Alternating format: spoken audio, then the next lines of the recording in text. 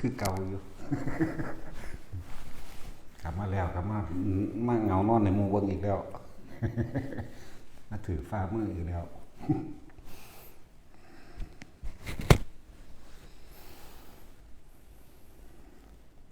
กินน้ำหลายมันซึ่งสั่นละพวกกัน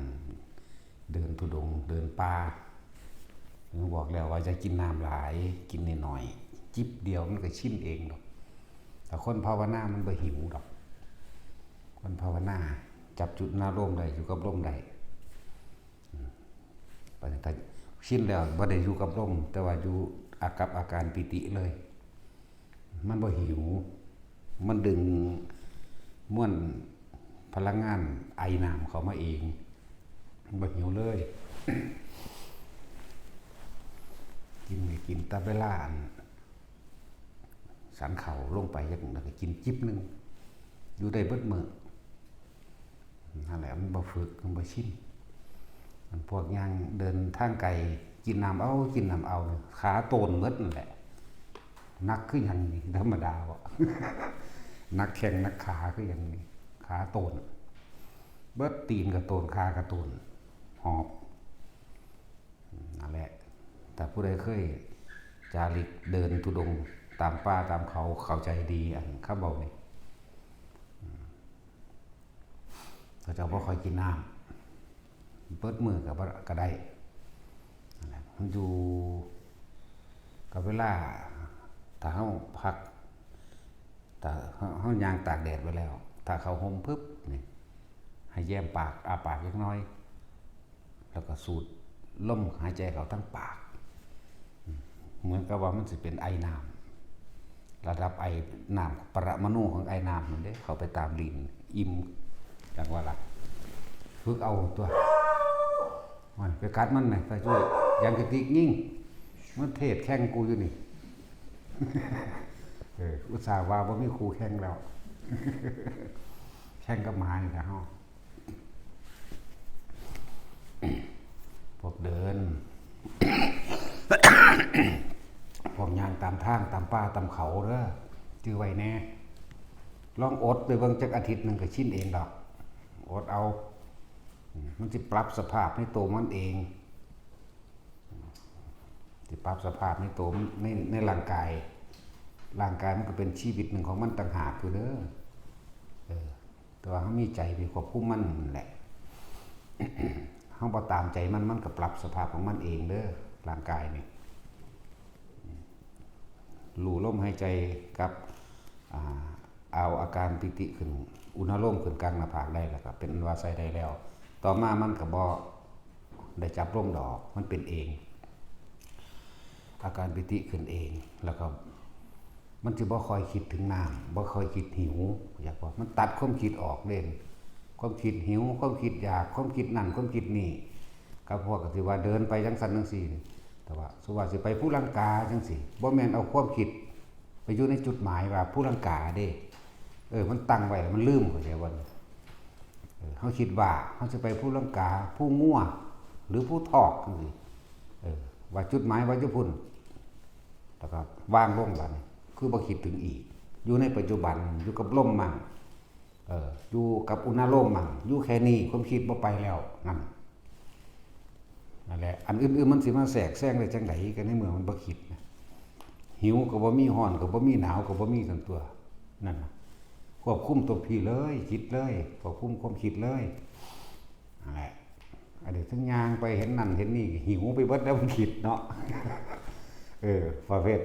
แดดใหม่คักๆโอ้ยไม่คิดถึงไอติมบุญธรรมดาบ่น้ำแข็งคิดถึงโค้กคิดถึงยังเครื่องดื่มเย็นๆบุญดีหิวก็เก่าแล้วบัดนี้นักก็เก่าอีกนั่นแหละจังว่าฝึกเอาเองฝึกตนเองตัวแต่ฝึกเป็นแล้ว วิธีการแก้กระหายเด้อเวลาเฮาเข้าไปห่มแล้ว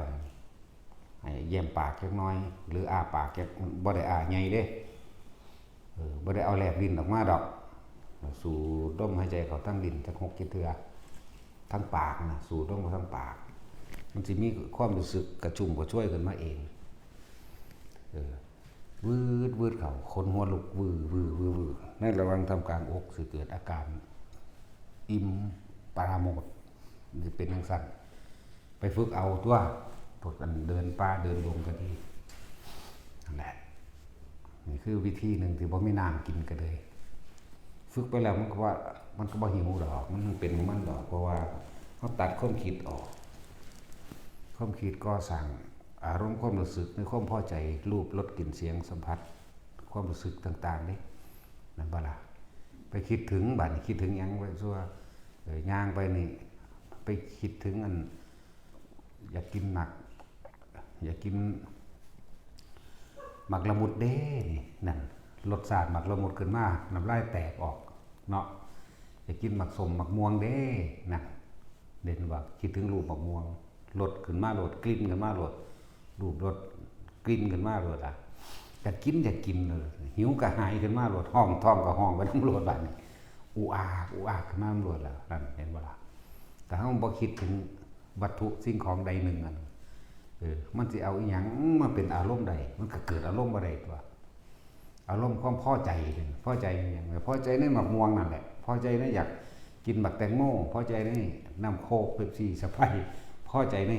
ที่เขาไปคิดถึงนั่นเห็นว่าล่ะจิตมันปรุงแต่งเร็วกระดอกเลยเวิบใส่แต่มันน้ำลายแตกออกแต่ก็เขาอยากกินมะขามคือเขาอยากกินแต่หมักม่วงมันเวิบขอรดคนหิวมันจะกินหยังมันแสบเบิดเด้เนาะต้องว่าไปฝึกตนเองให้อดให้ทนขันติเป็นตบะอย่างยิ่งเป็นเครื่องกันเรียกว่าคำว่าตบะขันติเป็นตบะอย่างยิ่งกันว่าจะมันแปลว่าจังไดตบะมิตรว่าตบะเนาะเป็นเครื่องป้องกันรูปรสกลิ่นเสียงกระทบทางกายแล้วรู้สึกทางใจเป็นเครื่องกันได้เป็นอย่างดีขันติปรมังตะโปติติขานเห็นมั้ยเป็นตบะนั่นแหละเครื่องกันเล่นนะกันยังกันความคิดเองอดเอาในเว้ยทนเอาในเว้ยนะว่าพวกเดินป่าเดินดง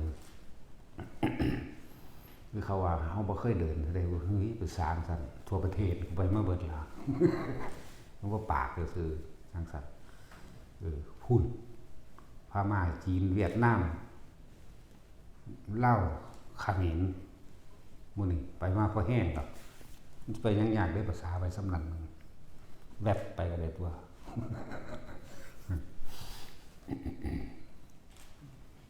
ภาคใ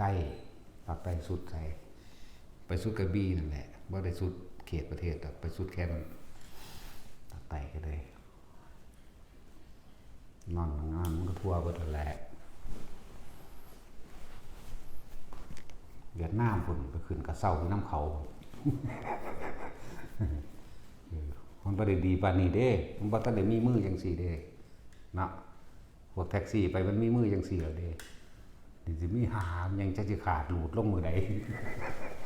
ดึงเอาอยู่อิงอาดนั่นแหละหลายอย่างแต่ว่าบอกเทคนิคการเอาตัวรอดเทคนิคการป้องกันความหิวหรือว่าสร้างน้ำไอน้ำให้มันเกิดขึ้นอยู่ในร่างกายมันได้สำคัญคือลมหายใจแต่เฮานั่งเฮาก็อยู่กับลมหายใจอยู่กับอุณหภูมิเฮานี่แหละแต่คนมันเป็นแล้วมันบ่ได้อยู่กับลมหายใจหรอกสิอยู่กับความปีติอยู่กับความปราโมทย์มันปัสสัทธิมันผ่อนมันคลายมันจิตเบากายเบาบ่แห้งอยู่บางใดมันก็สบายแต่วันรู้อยู่ว่าร่างกายนี่ต้องการน้ำจังซี่เฮาก็เฮ็ดปากจักน้อยออกมาจักน้อยบ่ได้แลบลิ้นดอกแล้วสูดลมหายใจเข้าทางปากวืดเข้าจัก6-7เทื่อขนกิ้งลุกวือเข้านะแล้วก็สิรู้สึกอิ่มในระหว่างกลางอกเฮาเองดอกของเฮาอยู่กับอาการปิติไปตลอดปิติบ่ได้อยู่คงที่เด้สำหรับเฮาเองเฮ็ดเองเด้นี่เริ่มฝึกต้นแรกก็ว่าอยู่กลางหน้าผากอยู่บางที่ก็ขึ้นกลางหัวคือจังเอามือเศร้าหัวหนึบหน้าบางที่ก็วุบเข้าไปในระหว่างทำกลางสมองบางที่ก็เคลื่อนตัวลงไปในระหว่างทำกลางอกมันก็แล่นอยู่ในกายนี่แหละ อันใดก็ได้ขอจะให้ออกจากกายความรู้สึกกับความคิดเข้าใจบ่นี่ความรู้สึกกับความคิดจะหนีจากกายนั่นเรียกว่าสติตั้งมั่นหรือเป็นที่ปัฏฐานคือตั้งมั่นตั้งไว้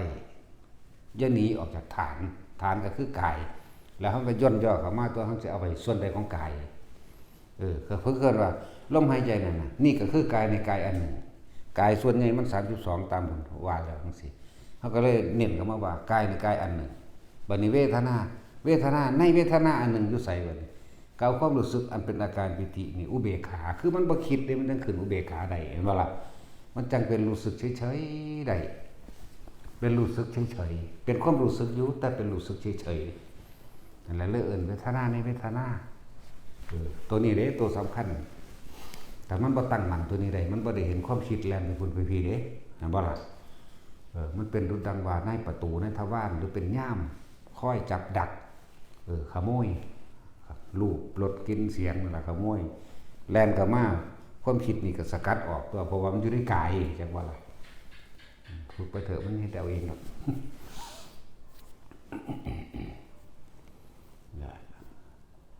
ทุกอย่างสำคัญที่เหตุการสร้างเหตุบางคนก็บ่แม่นว่าแบบว่า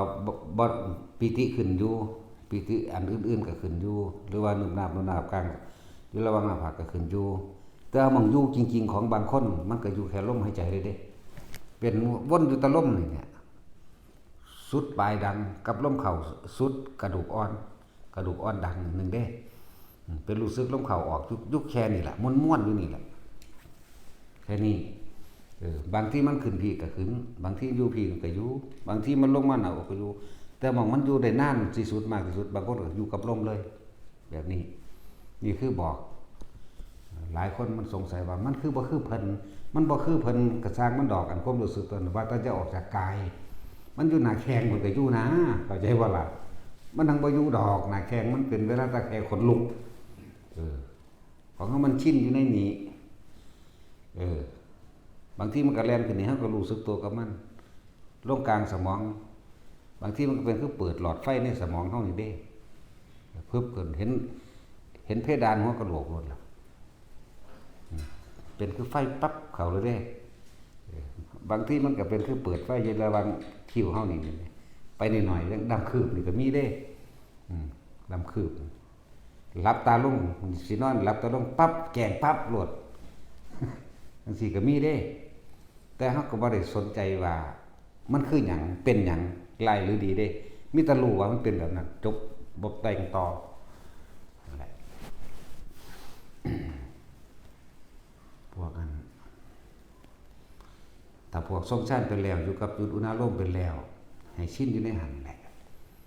แม่นเจ้าสิตายกับท่านหันก็สร้างเด้อมันแล่นเข้าลมคือเก่า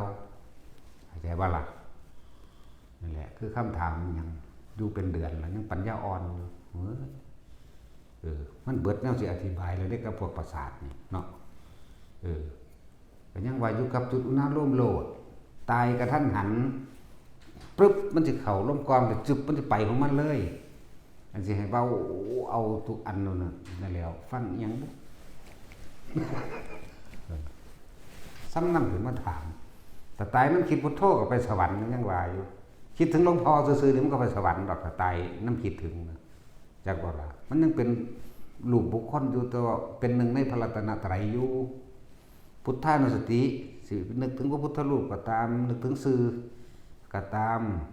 สังฆานุสติสินึกถึงหลวงปู่หลวงตาพระโมคคัลลาภาษาลิบุตรก็ตามไปสวรรค์จักว่าล่ะนี่เว้าเป็นกลางไว้ถ้าทรงชาติบ่ทันบรรลุหยังจังซี่ก็ไปพรหมโลกแต่ว่าตายในลมหายใจที่มันสิไปเลยจักว่าทางสั้นแล้วฝึกเอา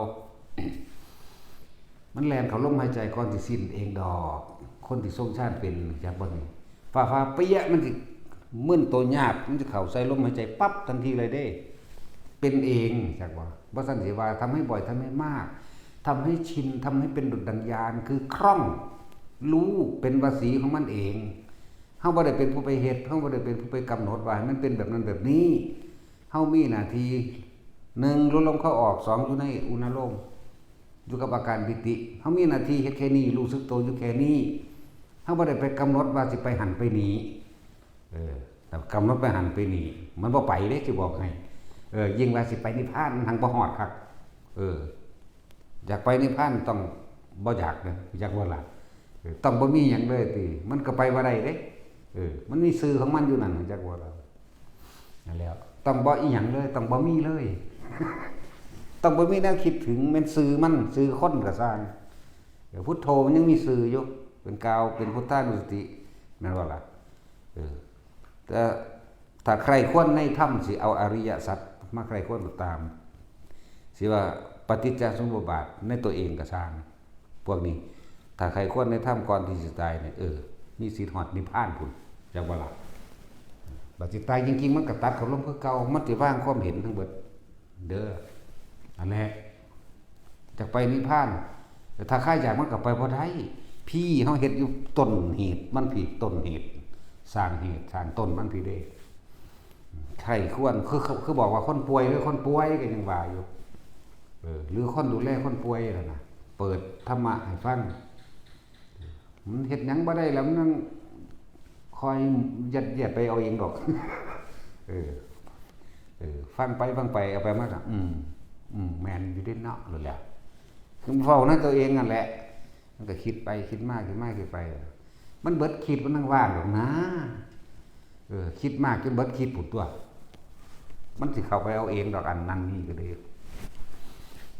บัดนี้ถ้าเฮาฟังไปเรื่อยน้อมไปเพราะว่าเพิ่นแสดงอริยสัจสี่หรือแสดงว่าด้วยอธิตตปริยยสูตรจังซี่เพิ่นแสดงเรื่องตาเป็นของร้อนเพราะหยังถ้าตามันเห็นรูปบุคคลสัตว์สิ่งของจิตก็คิดใคร่ควรเกิดราคะความยินดีพอใจในรูปในรสในกลิ่นในเสียงนั่นร้อนเพราะไฟคือราคะคือความปรารถนาในความพอใจในรูปในรสในกลิ่นในเสียงนั่นล่ะเป็นทุกข์หรือเป็นสุขเล่าเป็นทุกข์ตัวมันอยากนะว่าสิ่งใดเป็นทุกข์สิ่งนั้นสิ่งใดไม่จีรังยั่งยืนล่ะสิ่งเป็นทุกข์หรือเป็นสุขก็ว่าเป็นทุกข์มันว่าล่ะสิ่งใดบ่ได้ดังใจเป็นทุกข์หรือเป็นสุขมันก็เป็นทุกข์ส่วนตัวมันก็ฟังมาก็คอยเข้าใจสุดท้ายแล้วมันก็ต้องถือว่าบ่มีอีหยังจีรังยั่งยืนดอกทุกสิ่งทุกอย่างล้วนแล้วแต่เกิดเป็นอนิจจังเป็นอนัตตามีความแตกดับทั้งสิ้นเลยนี่มันก็น้อมก็มาหากายของเองสุดท้ายแล้วทุกคนก็ต้องตายเห็นบ่ล่ะทั้งสั้นแล้ว ก็ฟังไปเลยมันเลิศว่าถ้าเฮามีความเห็นตรงแบบใดประสบการณ์จริงชีวิตจริงของเจ้าของเองกับคำสอนตรงกันความเห็นเฮาก็ตรงนี่ก็เห็นมันก็ผ่อนมันก็คลายความสงสัยในหลายๆอย่างนั่นบ่ล่ะคลายความสงสัยออกมันจิตมันผ่อนคลายมันก็เกิดความเบาสบายเองบัดนี้เวลานั้นมันก็เข้าไปพักจิตของมันเองดอกนั่นแหละบอกว่าคิดจนเบิดคิดมันเบิดกำลังในการเบิดคิดมันก็ถอยออกมามันก็คิดไหมคิดจนเบิดคิดจนสรุปแล้วคือบ่ถกบ่เถียงบ่มีแนวสงสัยในธรรมเดี๋ยวบัดนี้ตามความเป็นจริงเพราะว่าความเกิดเป็นทุกข์ความแก่เป็นทุกข์ความเจ็บไข้ไม่สบายเป็นทุกข์ความพัดพรากจากสิ่งที่รักเป็นทุกข์สิ่งใดไม่ได้ดึงใจสิ่งนั้นจะเป็นทุกข์ความตายเป็นทุกข์ไล่ใช้ประสบการณ์จากของที่เนาะเนี่ยเพิ่นก็เทศอยู่จังซี่แล้วบัดนี้ก็ว่าความเจ็บปวดป่วยเป็นทุกข์เอ้าก็แม่นตัวบ่มีผู้ใดอยากป่วยเด้เนาะจังซั่นล่ะมีแต่คนอยากหายแล้วก็บ่มีผู้ใดอยากแก่อีกทุกตัวมันแก่มันบ่ล่ะพาดจากสิ่งที่รักโอ้ปู่ย่าตายายพ่อแม่ลูกผัวหลานเลี้ยงหลานผู้ตายกูก็ให้ห้องนำเอ้าก็แม่นตัวถูกตัวมันยึดสุดท้ายแล้วก็เจ้าของก็ต้องตายญาติตายก็เป็นทุกข์ด้วยบัดแน่ไล่ไปมีความเห็นตรงความจริงของเจ้าของกับคำสอนธรรมะที่เพิ่นนำออกมาคือเฮาบ่มองเห็นจักเทื่อเพราะว่ามันความอยากมันขวางไว้เห็นบ่ตื่นขึ้นมาตาตื่นจนบ่เท่านอนหลับคิดแต่สิไปหาเงินคิดแต่สิไปหาให้มันได้รถให้มันได้นั่นให้มันได้นี่เนาะจนนอนหลับก็ยังฝันไปหาสอนอยู่บางพวกก็เลย บางพวกก็ฝันไปสอนบางพวกก็ฝันไปป้าบางพวกก็ฝันถึงหมาไล่บางพวกก็ฝันคือผีไล่แล้วก็เหาะลอยไปตามอากาศแต่ว่าลอยได้ช้าๆที่แรกลอยเร็วอยู่ไปห้อยลอยสาเขาผีก็คือจังสิเศร้าขาถึงนี่เนาะนั่นแล้วความคิดขณะหลับนั่นแหละคิดขณะหลับไปอยู่ที่ไหนจุดสุดท้ายตอนที่เจ้าคิดก่อนที่เจ้าสิหลับจะบ่ฮู้เมื่อดอกมันก็ต่อเลยเหรอคิดต่อได้ซั่นตายตอนนั้นนะแม่เนาะนรกโดนแล้วนั่นแหละโอ้ไปฝึกมาตั้งไกลกันฝึกมันนอนอยู่คือเก่าอยู่เด้มีแม่เอ้ยดูบักฮานี่โป๊ะให้กูจักบาทคือเลี้ยงมันบ่อยู่เด้คือเลี้ยงมันเป็นทุดงคือกันนั่นแหละฟังไปเรื่อยแล้วเทียบใส่ความจริงของเจ้าของผู้ใดอยากตายบ่มาเกิดก็พยายามทรงชาติไปเรื่อยนั่นแหละบัดสุดท้ายเฮาอยู่ในความรู้สึกนี่ก็สร้างบัดสุดท้ายมันสิแล่นเข้าลมหายใจคือเก่านะมันเป็นเครื่องอยู่เด้นี่เครื่องอยู่ก่อนที่เฮาสิเป็นนั่นเป็นนี่แล้วถ้าว่าจะเจ็บจะปวดก็ต้องทรงชาตินี่แหละพอสิตายจริงๆมันสิลืมความเจ็บปวดเองมันจะไปของมันเองดอกแล้วเขาก็เอาตัวเองนี่ได้ล่ะเป็นตัวประกันแต่บอกตัวเองเทียบจะเอาไผเทียบจะเอาผู้อื่นเทียบอันเขาบ่แม่นเขาไหมเนาะหมอเขาฉีดยาก็บ่สลบดมก็บ่สลบอีกมันแต่จากหัวบอกเขาพาเลยโลดเนี่ยก็นักเดียมซื่อๆได้ล่ะหัวคิกๆอยู่หยอกผู้นั้นหยอกผู้นี้อยู่สั่นแล้วนั่นแหละครับนี่แหละคือความเคยชินของมันจนสามารถเลื่อนเอาเองได้หมายถึงเฮาสั่งเลื่อนมันมาได้มากบคือหม่องนี้ได้ปล่อยมันเจ็บมันปวดจากบ่ล่ะของมันชินกับบ่ชินเนาะบ่ทันได้เฮ็ดคิดเอามันบ่ได้แล้วมันบ่ล่ะเขาเอาตามความจริงที่มันเป็นเด้อนั่นแหละบัดนั้นสิตัดลับเฮาก็บึบเข้าลมหายใจบาดเดียวนี่ล่ะก็มันชินมันก็เฮ็ดได้หั่นตาตัดลับนั่นแหละเขาลงพับวางปึ๊ดหังหูอยู่ดอกว่ามันนอนอยู่จังไดก็เลยหังหูอยู่ดอกอะไรจังสั้นแล้วฝึกเอานั่นแหละบัดทุกครั้งที่เฮานอนแล้วมันกำหนดแต่ซุมื้อบ่ได้กำหนดหยังเพราะว่ามันว่างอยู่แล้วมันฟังอีหยังอยู่ก็สร้างหลับไปเลยบ่มีฝันเนี่ยมันบ่มีแนวห่วงมันบ่มีแนวกังวลนะก็หลับไปเลยเลยก็ฟังธรรมคือกันคือเก่านั่นแหละฟังธรรมฟังองค์นั้นเทศฟังองค์นี้เทศถ้าอยากฟังนานๆก็จะให้มันหลับแต่ฟังพอมันนอมฟังไปมันหลับก็ปล่อยมันหลับนะได้ทั้งนั้นนั่นแหละแต่มันสุดเป็นแล้วจากนี่ที่เฮาดอกสติจึงสำคัญกับนดได้นั่นแหละแต่ว่าเฮามีหน้าที่คนที่ฝึกใหม่เริ่มใหม่ลมหายใจกับอุณาโลมเด้อยืนก็ได้นั่งก็ได้นอนก็ได้เดินก็ให้มันได้เดินไปยืนเดินนั่งนอนให้คล่องบัดนี้คล่องอยู่ในทุกกิริยาอาการได้แล้วต่อมาลมหายใจสิหายไปเองย่างไปซื่อๆนี่เดินไปตามถนนหนทางอุณาโลมขึ้นปั๊บโดดก็อยู่กับอุณาโลมนั่นแหละขึ้นระหว่างกลางหน้าผากพับเป็นชาติสองแม้มันจะขึ้นมาบนหัวกับชาติเริ่มหน้าก็มือเศร้าก็อยู่กับความรู้สึกนี่แม้มันลงทำกลางอกก็อยู่ความรู้สึกนี่ความรู้สึกอันเก่ามัน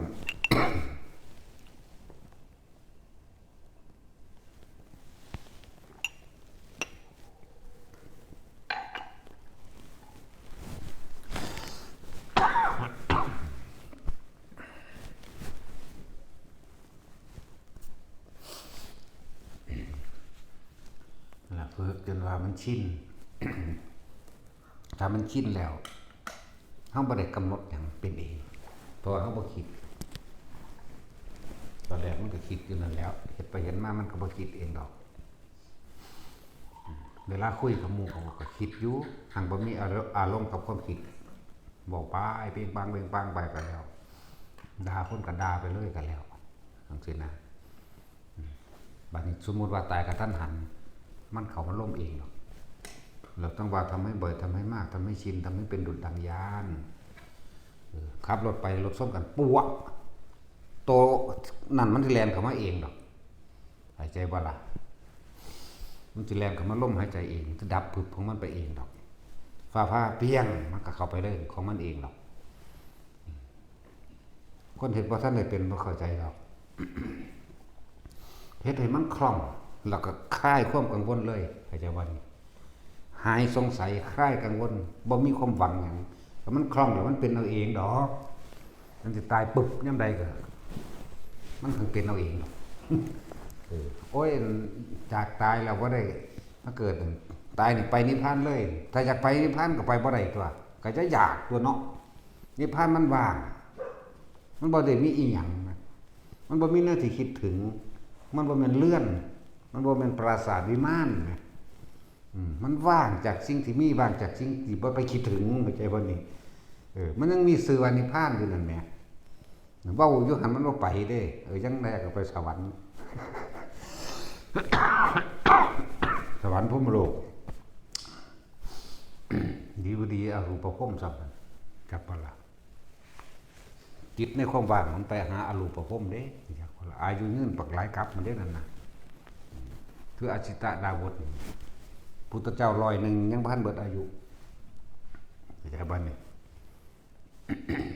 ทั้งหัวทั้งไหนะอจิตตดาบทหรือการะเทวินดาบทโดยประวัติของเพิ่นตะกี้เพิ่นก็เป็นเสนาบดีหรืออำมาตย์ในบ้านกรุงกบิลพัสนั่นแหละเพิ่นเบื่อเพิ่นเลยขอราพระเจ้าสุโธธนะไปบวชเป็นฤาษีของเก่าเพิ่นมีเนาะอาทิตย์เดียวเพิ่นก็สำเร็จสมาบัติ8ระลึกชาติได้หนหลังได้5,000ชาติจังซี่อนาคตก็ได้5ชาติจังซี่นะ5,000นั่นแหละ เวลาเพิ่นมาสันในสิมันก็หอมาเด้เลยเป็นที่เคารพนับถือของพ่อใหญ่สุโธทนะในเมืองนั้นบ่ได้สู่เพิ่นดอกเลยเกิดกลายเป็นว่าสิเฮ็ดทำการใดๆก็สร้างก็ต้องปรึกษาอชิตดาบทผู้นี้หรือกะละเทวินดาบทผู้นี้ แต่ว่าในเมืองนั้นเจ้าชายสิทธัตถะเพิ่นคลอดออกมาแล้วที่พราหมณ์108คนทำนายเป็นคติ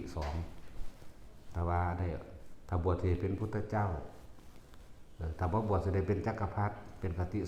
2มีพระอัญญาโกณฑัญญะผู้เดียวเป็นพราหมณ์หนุ่มอยู่ในอายุในระหว่าง16ปีตอนนั้นพระอัญญาโกณฑัญญะเพิ่นนึกอยู่นี่ว่าผู้นี้เป็นพุทธเจ้าแน่นอนเมื่อไม่มาอสิตดาบทมาเองมาฮอดดอกพ่อใหญ่สุโธธนะนี่สิเอาลูกนี่น้อมไปกราบไปไหว้เข้าใจบ่ล่ะแต่ว่านั่นก็แสดงอภินิหารเองลอยขึ้นเอาเท้าฝ่าบาทไปเหยียบอยู่หัวเหยียบอยู่ชดาเพิ่นเงยหน้าเบิ่งบัดนี้เดี๋ยวเห็นลายหลักของลักษณะ32ประการฝ่าเท้ามีรอยทำมาจากอยู่บนกลางตีนก็เลยมาขออุ้มแล้วยกขึ้นหัวซะก่อนทีแรกดีใจว่าชาวโลกเนี่ยสิได้ดวงตาเห็นธรรมนี่มหาบุรุษเกิดขึ้นแล้วผู้นี้เป็นพุทธเจ้าแน่นอนบัดนี้ระลึกไปอีกกูบ่ทันให้บัดนี้เรียกว่าระลึกไปข้างหน้านะให้โอ้เพิ่นสิออกบวช29ปีตรัสรู้35-36ปีกูบ่ทันกูตายก่อนมาให้นั่นแหละจังไปส่วนไปเอานาฬกะหลานลูกน้องสาวให้ไปบวชตรงต่อกับเจ้าชายสิทธัตถะบวชท่าเพราะว่าผู้เป็นลุงนี่สิตายแล้วเพิ่นตายมันไปอยู่พรหมโลกหมดเลยเพิ่นก็เว้าต่อหน้าพ่อใหญ่สุโธธนะนี่โอ้ยเฮานี่ขึ้นไปอยู่ในเนวสัญญานาสัญญาเห็นบ่มันเป็นสูงสุดของพรหมโลกตัวนั้นแล้วเห็นบ่ล่ะ ของอรูปภพตัวนั้นแล้วเฮานี่ผ่านถึง100พระพุทธเจ้าเฮาก็จักสิได้กลับมาเจออีกหรือบ่นั่นแหละจริงหรือบ่จริงหรือเพิ่นเทียบก็บ่แน่อันนี้เฮาบ่แม่นเพิ่นเพราะว่าไปเว้านำก็บ่มีหูเข้าใจบ่นี่อรูปภพก็บ่สนหยังเด้บ่คือพรหมเด้พรหมยังคือเทวดาธรรมดานี่แหละแต่ว่าในระดับจิตซื่อๆนั่นที่ไปแสดงธรรมหรือสิไปเว้าหยังนำมันเว้าบ่ได้เลยเขาบ่ฟัง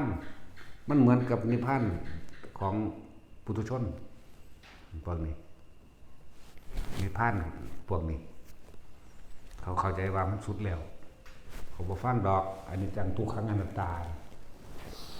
แต่ถึงมันก็ยืนพร้อมอันนี้เพิ่นก็เลยให้นาลกะน่ะหลานเพิ่นไปบวชทาสพระนาลกะนั่นเลยเป็นผู้เลิศทั้งโมเนยปฏิปทา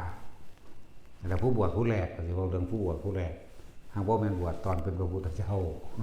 บวชตอนเป็นเจ้าชายสิทธัตถะอยู่และอีกเรื่องนึงอันนี้ว่าถ้าบ่จะกลับมาเกิดอีกพวกเจ้าก็ทรงชาติให้มันชินเถอะก่อนที่ทรงชาติมันก็มาล่มก่อนอยู่แล้วแม่นบ่บ่แม่นมันสิขึ้นมาเลยเด้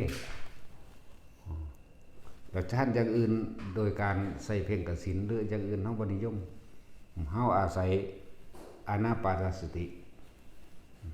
อาศัยลมหายใจเข้าออกเพราะการนึกถึงลมนี่มันบ่มีรูปร่างตัวตนบ่ล่ะมันบ่ได้มีรูปสีเขียวสีเหลืองสีแดงมันบ่มีเป็นคนยืนของย่องมันก็บ่มีเป็นแค่ความรู้สึกลมเข้าออกนั่นตัวเรื่องกายเวทนาจิตเวทนากายทำให้มันชินซะถ้าผู้ชินแล้วนั่นน่ะบัดสิตายมันตายกระทันหันคือฝ่าพานี่มันบึดบัดเดียวเด้มันยังมีอยู่ลมหายใจ1หรือลมหายใจ2หรือชั่วขณะจิต1มันมีช่วงมันว่างวับไปเลยนั่นน่ะแล้วทางสั้นแหละบ่ต้องไปขาดคะเนในผลของมันว่ามันสิไปไสแต่ว่าขอให้ตั้งอยู่ในต้นของมันหรือหมักหรือทางของมันหรือเหตุของมันลมนี่อุณโลมนี่ถ้าผู้ใดอุณโลมแล้วก็อยู่กับมันบางคนมาขึ้นทั้งหัวก็สิว่าอุณโลมอีกเนาะฟังให้มันเข้าใจเด้ออยู่กับความปีติปราโมทย์ถึงแม้ว่ามันจะอยู่ในระหว่างท่ามกลางหน้าผากหัวหรือหน้ากับอกก็ช่างหรือจะไหลไปตามสัดส่วนต่างๆในร่างกายก็ช่างให้อยู่กับความรู้สึกนั้นในกายจึงเรียกว่ากายในกายก็ว่าเวทนาในเวทนาก็ว่าจิตในจิตก็ว่ามันสติมันกำกับเบาให้ความรู้สึกออกข้างในอยู่ในนี่เลยจิตกับผู้รู้กับจิตคือกันรู้สึกตัวนี่เองแค่รู้สึกตัวจิตบ่มีที่ตั้งหมายถึงว่าบ่ไปคิดถึงบุคคลสัตว์สิ่งของมันอยู่ในกายตั้งมันอยู่ในฐานนี่สติปัฏฐานปัฏฐาน3ถ้ามันตั้งไว้ดีแล้วตั้งมันดีแล้วเกิดกลายเป็นสมาธิดีแล้วจากบัดนี้อุปกรณ์เด้สมาธินี่เมื่อเฮามีสมาธิเลื่อนไปจิตตั้งมั่นอยู่ไสตั้งมั่นอยู่ในฐานใดฐานแห่งกายบัดนี้เน้นศูนย์รวมของกายก็เลยเอามาไว้นี่เอาไว้หน้าผากเลื่อนว่าทรงฌานแปลว่าเพ่งอยู่ในจุดเดียวถือทำความรู้สึกอยู่ในที่เดียวนั่นแหละรู้สึกน่วงอยู่ดีโลดนั่นแหละว่าฐานที่ตั้งของจิตก็ว่าอย่างนี้จากฐานว่าสมาธิเมื่อจิตมันตั้งมั่นแล้วเฮาถ้าว่ายืนอยู่นิ่งๆเฮาสิบ่เห็นได้ว่าอีหยังเคลื่อนไหวไปมาแม่นบ่เหมือนกันกับเฮาขึ้นจากน้ำไหลได้แล้วน้ำไหลในห้วยบึมๆเฮาก็ไหลไปน้ำเฮาบ่ได้เห็นเด้ว่าน้ำไหลเพราะว่าเฮาไหลไปกับน้ำเฮาบ่ได้เห็นเศษขยะจากเหยื่อเด้จนกว่าเฮาสิขึ้นจากฝั่งได้เฮาขึ้นจากฝั่งได้เฮาจึงเห็นน้ำไหลก็ไหลไปตามน้ำแม่นบ่ล่ะเศษขยะเศษไม้เศษนั่นสิก็ไหลไปแต่เฮาบ่ได้ไหลไปน้ำมันนั่นเกิดว่าเป็นแค่เครื่องผ่านตาเหมือนกันกับเฮาทำจิตตั้งมั่นดีแล้วสมาธิจิตตั้งมั่นอยู่ในฐานอันนี้มันก็สิค่อยเห็นคนนั้นย่างไปกับบ่นำเขามาคิดเขาบอกกันเรื่องใดก็รู้นำเขาหังบ่นำเขามาคิดบ่ไปยืนยันบ่ไปตัดสินในผิดในถูกในดีในเลวก็แค่วันนี้เขาบอกเรื่องใดก็สร้างเขาเฮ็ดหยังก็สร้างนี่ว่าการคำว่าปัญญามันเกิด ปัญญาก็คือมันเห็นตามความเป็นจริงเนี่ยว่าทุกอย่างบ่กีรังยั่งยืนเกิดขึ้นดับไป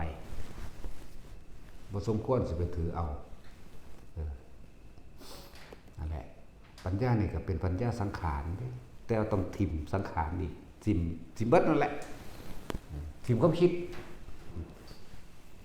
เหมือนเฮาแตกฉะนั้นปฏิจจสมุปบาท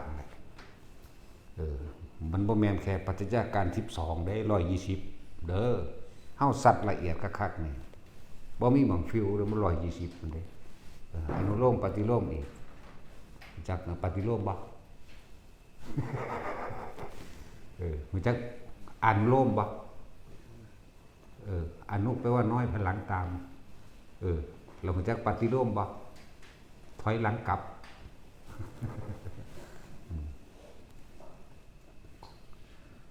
นั่นแหละทั้งหน้าทั้งหลังเฮาสัตว์กันไปสัตว์กันมาก็ไปปุ๊บมาแล้ว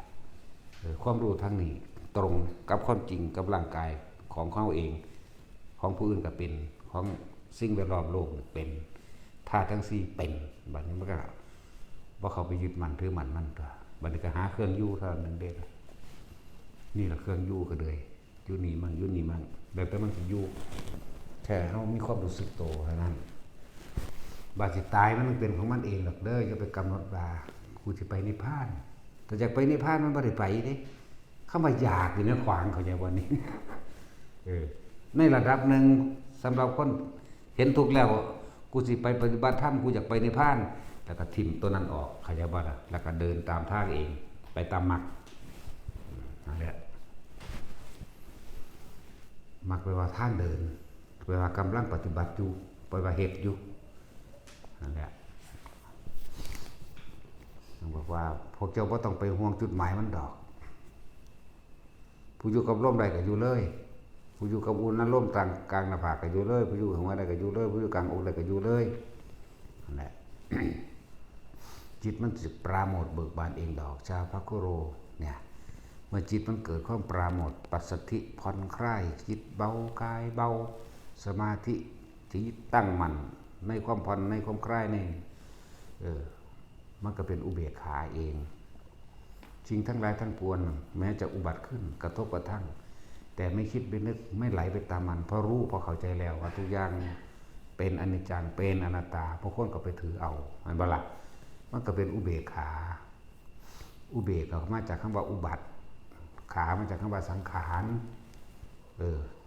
เครื่องประดับประดาเครื่องประกอบกันเครื่องปรุงเครื่องแต่งทั้งหลายมากระทบมาเกิดขึ้นแต่ว่าเขาบ่เป็นไปน้ำมันไงว่ายมันสัตว์หนดบอกไปตามความรู้สึกซ้ำเพราะได้แปลฮอดบาลีอย่างนี้ ไม่ใช่ว่าล่ะคนแล้วฝึกเอาบ่ต้องไปผลมันเฮาหวังไว้น่ะทั้งทิ่มแล้วเข้าใจว่าผลคือว่าชาตินี้สิเป็นชาติสุดท้ายนิพพานแน่นอนแล้วเฮาก็ทิ่มเลยลืมแล้วเข้าใจว่านี่แล้วเฮาก็ฝึกหัดปฏิบัติได้มรรคเป็นต้นผลมันเป็นปลายเองหรอกมรรคกับผลนำกันได้จริงๆนั่นแล้วแต่เทียบเอาเองนั่นเลยตอนอยู่ในอุณโลมลุบๆอยู่นี่มันทุกข์หรือมันสุขล่ะมันบ่สุขมันบ่ทุกข์เลยล่ะมันเป็นกลางๆกลางๆมันเป็นเฉยๆแต่นี้ออกจากนี่เด้อ้าวไปห่วงคนนั้นแล้วห่วงคนนี้แล้วสร้างคนนั้นสร้างคนนี้เนาะนั่นแหละถ้ามาอยู่จนชินเขาเริ่มรู้ทันความคิดตัวเมื่อจิตตั้งมั่นมันก็เห็นความคิดเจ้าของเองตัวความคิดนั่นกับเห็นน่ะคือมันถูกรู้ก็ว่ามันถูกเห็นก็ว่าแต่ว่ามันบ่ไหลไปตามนะเฮาบ่ได้ตกอยู่ใต้อำนาจแห่งความคิดแล้วนะว่าล่ะมึงคิดไปน่ะมันเป็นสังขารขันธ์เป็นปกติเป็นสัญญาขันธ์เป็นสังขารขันธ์นะเปลี่ยนไปเลยเป็นหมวดเป็นหมู่เป็นความรู้สึกของกายเอาว่าง่ายๆเป็นความรู้สึกของกายเป็นสัญญาของกายเป็นความปรุงแต่งของกายก็ว่าไปเป็นเวทนาสัญญาสังขารวิญญาณเป็นของกายแค่นั้นต้องเข้าใจง่ายเนาะแต่ว่าขันธ์แปลว่าอย่างขันธ์ก็คือโอตักน้ำโอก็คือขันธ์มันจะโอวะทำไมตะกี้เขาเอิ้นโอได้เวลา ปั้นเจดีย์จังซี่เขาเอิ้นทรงโอคว่ำทรงโอคว่ำงุ้มลงเบิ่งทีละคว่ำก็คืองมถ้างมก็อีกอย่างหนึ่งเด้ถ้างมก็อีกอย่างหนึ่งเด้ถ้างมหมายถึงงมปลาจับปลาเข้าใจบ่ถ้างมหมายถึงคว่ำลงอย่างสั้นแหละเดี๋ยวต้องสอนภาษาเนี่ยภาษาเก่าเด้นี่ของแท้เราจะไปวางผลมั่นเฮ็ดเป็นมักเป็นต้นอยู่กับร่มมันผู้อยู่กับร่มเลยแต่อยู่กับร่มเลยนะร่มหายไปจิตเบากายเบาเองบ่มีหยังซะโดยซ้ำไปเวลาไม่ร่มหายหรือมันผู้อยู่กับอุณาโลมก็อยู่กับอุณาโลมเลยบัดสิตายสุดท้ายอันใดว่าตายเร็วที่สุดวะถึงมาเทียบแล้วฝ่าผ้าเนาะแต่ผมลงหนักๆนี่ไปยักใส่เลยนี่ก้อนที่สิ้นใจมันเข่าร่มก่อนแล้วมันตัดของมันเองดอกของมันชิ้นแล้วตายโดยบุพกรรมตัวจังสันแต่ว่าหายากก็นะองค์ใดเนาะตายฝ่าผ้าบ่ค่อยมีนะเนาะแต่สิเว้าในพระไตรปิฎกมาเทียบมันก็เลยบ่รู้จักว่าสิว่าจังไดก็เลยว่าตายฝ่าผ้ามีองค์ใดเนี่ยมันคิดบ่ออกถ้าว่าเสือกัดมีบรรลุอรหันต์ในปากเสืออยู่เนาะเสือกัดบรรลุอรหันต์ในปากเสือบรรลุอรหันต์ขณะที่เขาแท่งท้องก็มีตัดข้อก็มีแม่ว่าล่ะปาดข้อตัวเองก็มีพระโคติกะนี่ซั่นหลายองค์ก็ได้ล่ะไอ้ที่ว่าเขาใส่ไม้เสียบท้องขึ้นไปเทิงๆนั่นน่ะทั้งสั้นแล้วภิกษุองค์นั้นเพิ่นชำนาญในชาติดีแล้วจนเบื่อหน่ายยังดอกชาติเสื่อมเลยออกมาทำมาหากินทำมาหากินโดยการหลอกลวงไปหลอกลวงมาไปหาปนขี้ขาเมื่อปนขี้ขาแล้วเขาจับได้เมื่อเขาจับได้แล้วเขาเอาขึ้นใส่ไม้ลาวแท่งระวางทองเสียประจานพอดีหมู่ภิกษุอีกองค์นึงนั่นน่ะสิศึกแล้วได้ก็จะวันนี้อันผู้ถือแท่งก็เรียกว่าท่านคือบ่คิดถึงของเก่าท่านเคยชำนาญในชาติบ่แม่นบ่นึกถึงชาตินี่บ่วับเข้ามาคือทำเลยนั่นตอนความอยากที่มันเสื่อมอยู่แต่ว่าสติเองมันน่ะสติสำคัญบ่ล่ะนึกปั๊บเข้ามาสู่ลมหายใจปั๊บพิจารณาถึงอนิจจังทุกขังอนัตตาพิจารณาถึงความตายบรรลุอรหันต์ตายข้าลาวมีอยู่ท่านนี้จังสิคือว่าตกเขาตายบ่มีนะเนาะภาวะพระวักกะลิเพิ่นก็บรรลุก่อนเด้อบรรลุก่อนอยู่ตัดข้อก็มีอยู่ปาดข้อก็มีอยู่เยอะอยู่หั่นในหมวดของพระโคติกะนั่นเสร็จแล้วมีอยู่ยังอีกระบาดนี่เฮาฮู้จักว่าผลมันมาจังซี่แล้วให้วางผลมันซะให้เฮาทำต้นสร้างเหตุให้เฮาวางเหตุซะฮู้อยู่ว่าผลมันต้องไปแน่นอนอยู่แล้ววางผลให้อยู่กับเหตุคือลมหายใจเหตุคืออุณาโลมนั่นแหละหลายอย่างที่หลายคนถามจริงๆไปฟังย้อนหลังนะก็เข้าใจดอกบ่ต้องถามอีกก็ได้พวกอย่าคิดเอาผลเลยมันหลายเนาะเพราะถ้าหากะฮู้จักนี่ก็อยากได้ผลโลดโอ้ยสกูก็เงิดหลายสูกูก็เฮ็ดมา30กว่าปีแล้วกูก็ดันไปดันมาดนเดาไปอยู่นี่พอแห้งแล้วเด้กว่าสิได้เทคนิคแบบนี้มาหลวงปู่มั่นเด้นี่บ่แม่นเฮาคิดเอาเองอีก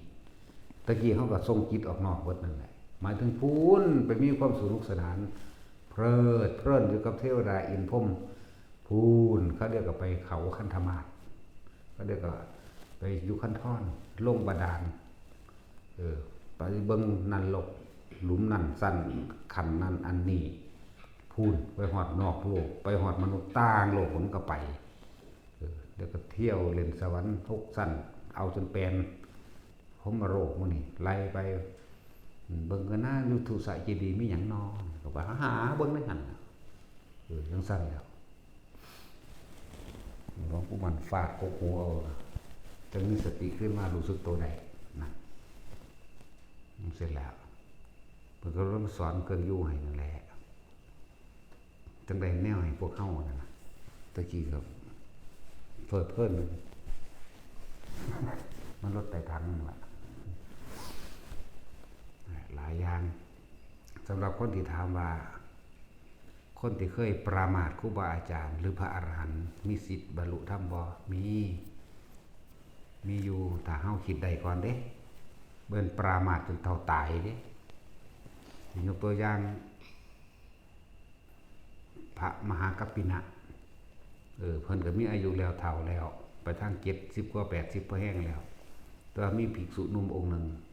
เรียกว่าเคร่งครัดในข้อวัดปฏิบัติเดินจงกรมก็เข้มยืนเดินนั่งนอนอยู่กับลมหายใจอยู่กับอุณหภูมิหรือทรงชาติเบิ่นนั่นแหละเพิ่นข้อวัดปฏิบัติเพิ่นเข่งเลยแต่ว่าบัดไปเลี้ยวเห็นพระมหากัปปินะเดี๋ยวก็นั่งเล่นก็แก๊กๆมันเริ่มตำหนิบ่นี่สงสัยพระอันนี้ไม่ใช่พระอาหารเสียแล้วหรอมั้งเฮาไม่เห็นยามใดก็บ่เห็นว่าสิปฏิบัติคือเฮานั่นบางที่ก็หัวเราะกับผู้นั้นกับผู้นี้หยอกผู้นั้นหยอกผู้นี้สงสัยจะบ่แม่นอรหันต์ละมั้งแล้วก็ซ้ายหัวไปเลยเด้หลังจากนั้นเคยทรงชั้นได้ทรงบ่ได้จิตเศร้าหมองเรียกว่าเพิ่นอยู่ในขันโสดาปฏิมาคเด้เพราะท่านเป็นโสดาผลว่าจะบ่นี้นั่นแหละเสื่อมจากชาติที่เคยได้เสื่อมจากจิตที่เคยผ่องใสเกิดความหงุดหงิดอึดอัดจิตบ่สงบบ่ตั้งมั่นกังวลเราร้อนอยู่จังซั่นเขาไปถามพระพุทธเจ้าที่ถามว่าอาการของมอมฉันเป็นแบบนี้เป็นหยังเกิดอีหยังขึ้นกันเธอได้ประมาทมหากัปปินะนั่นเห็นบ่ล่ะมหากัปปินะเป็นอรหันต์พุทธเจ้าวางสี่เด้เพิ่นก็แต่เพิ่นรับสารภาพเด้คนตะกี้ซื่อเด้ยอมรับตามเป็นจริงโอ้ยผมได้ประมาทอีหลีครับผมไปยามใดก็เห็นบางที่ก็นั่งเล่นเคลียดินเล่นปัดนั่นปัดนี่เล่นบ่เห็นสิเดินจงกรมนั่งสมาธิคือผมเลยนั่นประมาทบ่ล่ะบางที่ก็หยอกหัวเราะตอกกระซิกกับผู้นั้นผู้นี้ไปเพิ่นคือเพิ่นยึดมั่นถือมั่นในข้อวัดแต่ว่าถ้าว่าตัวเองถ้าปฏิบัติดีแล้วไม่ต้องมีผู้อื่นนะแต่ตัวเองน่ะเข้าใจว่าตัวเองปฏิบัติดีคนดีที่ไหนจะไปตำหนิผู้อื่นสะเทือนขึ้นมาเลยเห็นว่าล่ะโอ้แม่ละกูเธอต้องไปขอโทษมหากัปปินะเสียเขาจะยอมรับสารภาพได้ล่ะไปถึงกับกราบลงงามๆกันนั่งรับสารภาพว่าตัวกับผมนี่ครับอาวุโสพันเตตัวกับผมเองได้เคยคิดประมาทท่านบ่ได้เว้าได้นี่จากว่าคิดได้นี่บ่ได้ออกเสียงมาได้นี่ประมาทท่านว่าท่านนะสงสัยพระเถระองค์นี้จะเป็นแค่ว่าเถระเฉพาะอายุละมั้งบ่ได้บรรลุอรหันต์ยังดังพระศาสดาว่าหรอกมั้งเพราะเวลามาเห็นย่ำใดก็เห็นแต่บางครั้งก็หัวเราะต่อกระซิกกับคนนั้นคนนี้หยอกคนนั้นหยอกผู้นี้บางทีก็ยิ้มหัวไปผู้เดียวผมคิดแบบนี้กันมันก็ว่าจะเอาอะไรก็เราเมื่อไม่ได้หวังอะไรเราไม่ได้โกรธเพราะแต่ได้รับผลนะกรรมนั้นไม่มีแก่เธอดอกเมื่อเธอคิดใดโดยใจของเธอเองมันหายเวิร์กออกเลยไอ้ความอึดอัดความหงุดหงิดความสงสัยความสารพัดอึดอัดจิตว่าเคยพองใสกับพองใสขึ้นมากขึ้นเก่า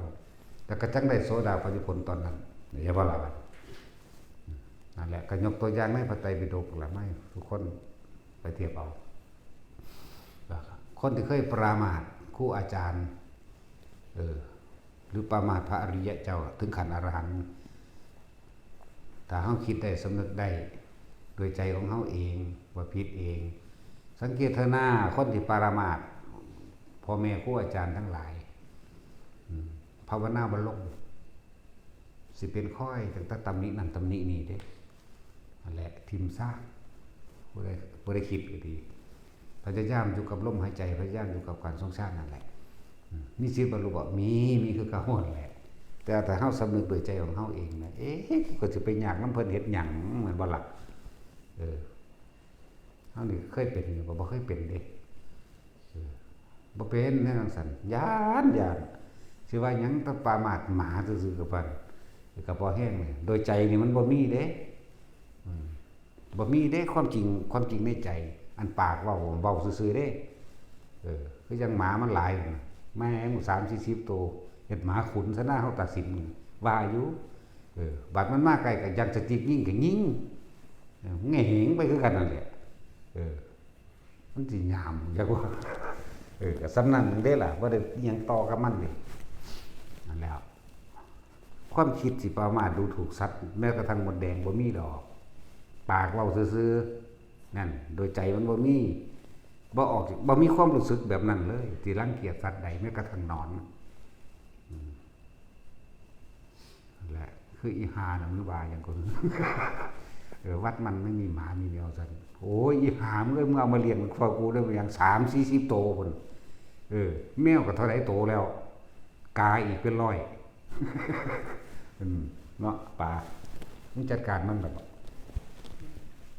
งามบ่นอกูจะเอาเป็นเมียนะทื่นแมงมันก็เศร้าเว้ากันตัวเนาะเอาบ่เฮายิงยงย้อนบนตูมเอาเป็นเมียมันก็เศร้าเว้าไปเนาะเห็นว่าล่ะโอ้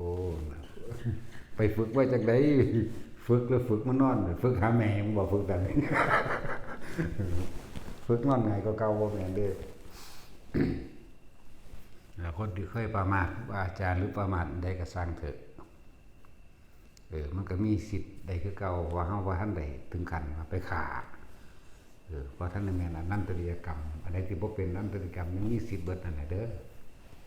บ่แม่นไปกังวลอยู่กับมันบ่ถิ่มจักเทื่อสำนึกด้วยใจเฮาก็เคยเถียงกันกับพระไตรปิฎกนั่นแหละเคยเถียงอยู่เรื่องพระไตรปิฎกทางสิว่านั่นบ่ได้ว่าขนาดบ่ได้ว่าแบบสิขาหรือดูถูกแบบนั้นเถียงในใจได้บ่ได้เว้าออกมากูบ่เชื่อกูต้องเฮ็ดเอาให้มันได้ซะก่อนเด้เฮาเถียงแบบนี้เด้อันนี้บ่เชื่อจักนิดก็ว่าบ่ได้ขัดงานแบบแต่ว่าเฮ็ดนำนะเข้าใจบ่นี่ฟังไปปุ๊บบ่ทันเชื่อเด้ไปเฮ็ดเอาถ้าบ่เป็นเองบ่เชื่อเด้อันนี้ก็เลยอย่างสั้นแหละสำหรับผู้ถามว่าเคยประมาทครูอาจารย์หรือกระทั่งพระอรหันต์มียังมีโอกาสมีถ้าเฮาสำนึกด้วยใจเฮาก็พยายามอยู่กับตัวเองให้มากมันก็ลืมของมันเองดอกสำนึกได้คิดได้นึกขอขมาเพิ่นในใจก็ได้หรือเพิ่นยังบ่ทันตายก็ขอต่อโตเพิ่นก็ได้ตัวแม่นบ่ล่ะเพิ่นบ่เอาโทษไผดอกนั่นแล้วตัวเองสำนึกได้แล้วบัดนี้สมมุติว่าเพิ่นตายแล้วก็นึกเอาอยู่ในใจนั่นแหละโดยใจภาวนาลงยากสงบยากจิตบ่ค่อยตั้งมั่นสอดซ้อซ้ายมีความรู้สึกหงุดหงิดอึดอัดนั่งจังซี่ก็มือก็เป็นแงมๆแล้วนี่เอาเป็นขั้นเป็นจากว่างยังได้ก็บ่แล้วเนาะเอาจังซี่มันก็เป็นอย่างมึงก็นั่งแบบนั้นแหละบ่สงบจักเทื่อดอกมีแต่สง่าเนาะเบิ่งเงานอนเว้นไว้แต่นั้นกิจกรรมเท่านั้นมีสิทธิ์เบิดอย่าไปกังวลกับมันบ่ต้องไปกังวลอีหยังดอกกันเรื่องจังซั่นมันท้อถอยตัวไปคิดไม่หยังพยายามอยู่กับตนเองให้มากตนเองคือลมตนเองคืออุณาโลมนี่คือตนเองกายเวทนาจิตเวทนากายจะหนีออกจากนี้นี่ที่บรรลุเบิดนั่นแหละเวียนไว้แต่นั้นกิจกรรมตอนนั้นฉันว่าให้กำลังใจแต่ละคนให้ทางออกหรือให้แนวคิดนะตามเป็นจริงสำเร็จนี่นะตรวจเบิ่งโดดได้อีหยังผิดอีหยังที่ว่าห้ามบางคนในบ้านมีแต่นั้นกิจกรรมเท่านั้นนอกนั้นบ่ห้ามสมาทาน